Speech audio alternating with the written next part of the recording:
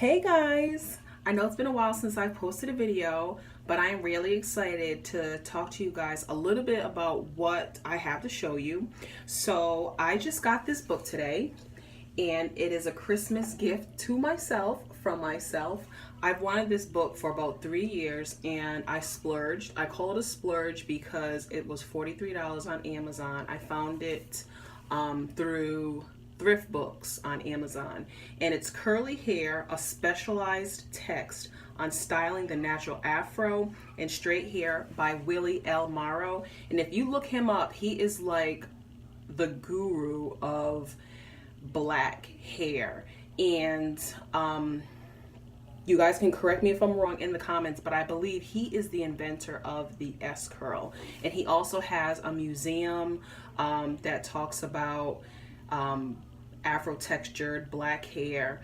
I mean, he's just like a guru. So Google Willie Morrow, and he has another book that is on my wish list. It's about $200. That's like the cheapest I found it. And there's also a series on YouTube. It's 400 Years Without a Comb. And I just read, so this was published in 1973. And this is the thickness, and the quality of these pages is amazing. But there's just like illustrations. So I think it's more of a guide for like barbers and beauticians. But I gotta be really careful because this is an old book, so whoever had this took really good care of it. But again, so Willie Morrow, and this is just a brief introduction on him. And I found out he has two other books. It looks like Slavery to the Present Day and Curly Hair and Black Skin. So I'm really excited to read through this book. I haven't read through it yet. There are not only pictures, but there's commentary. Let's see, A Brief History of Curly Hair. So I can't wait to read that. But again, I just wanted to come to you guys because I am really excited about going through this book. I have quite a few books on natural hair and afro textured hair and the history of hair.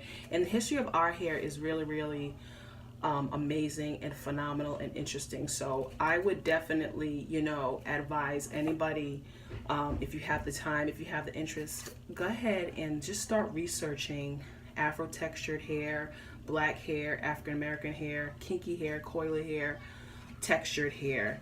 The story's pretty amazing, pretty phenomenal. I know, like in Africa, before colonization, like you can tell a person's social status, you could tell a person's age, you can tell a person's tribe just by the way that they wore our hair. So our hair told a story. They didn't just let anyone in their hair. You had to be like, it was a profession. You had to be a specialist to touch people's hair. And although afro textured hair is very, very specific to people of African descent and then of the African diaspora, that's not the only texture that melanated people, African American people, black people, there's just so many ways to define us. But just kinky textured hair is not the only type of hair that we have. We have wavy hair, we have curly hair, we have kinky hair, we have coily hair, we have straight hair. So texture is definitely, in there. There's just so many different types of it, and not only just the texture of it, but the thickness of it. That also impacts how the hair looks. But I can ramble on and on. But I also read this poem. I figured I'll just close this video with this poem. And thrust into a world of change, shackled down in fetters, given strange new standards by different pace setters. Up early every morning before the break of day, with hair batted down like trampled on hay. No aids to aid nature, no soap nor shampoo, no comb, no brush. What was a chief to do? Lost was his culture, taken from his kind. Picked was his brain, confused was his mind. Tall, strong, and sturdy, a ring in his nose, A chief of his tribe wearing cornrows, a band on his forehead, a pick in his hair, the spear by his side showing a man of care.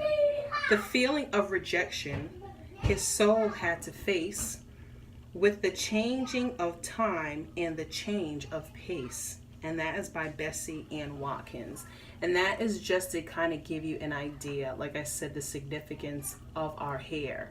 Especially here in the United States, we all know the history of slavery, right? And so when we were brought over here and we were sold, one of the things that they did to demoralize us and to, you know, strip us of our culture and our heritage was to shave our hair.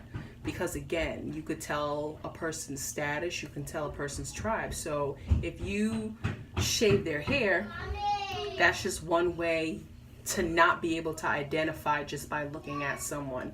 And because our hair meant something to us, it was demoralizing, because you're shaving something that is very, very precious to me. So it's just, it's really, really deep, right? And then you think about women in Louisiana, right?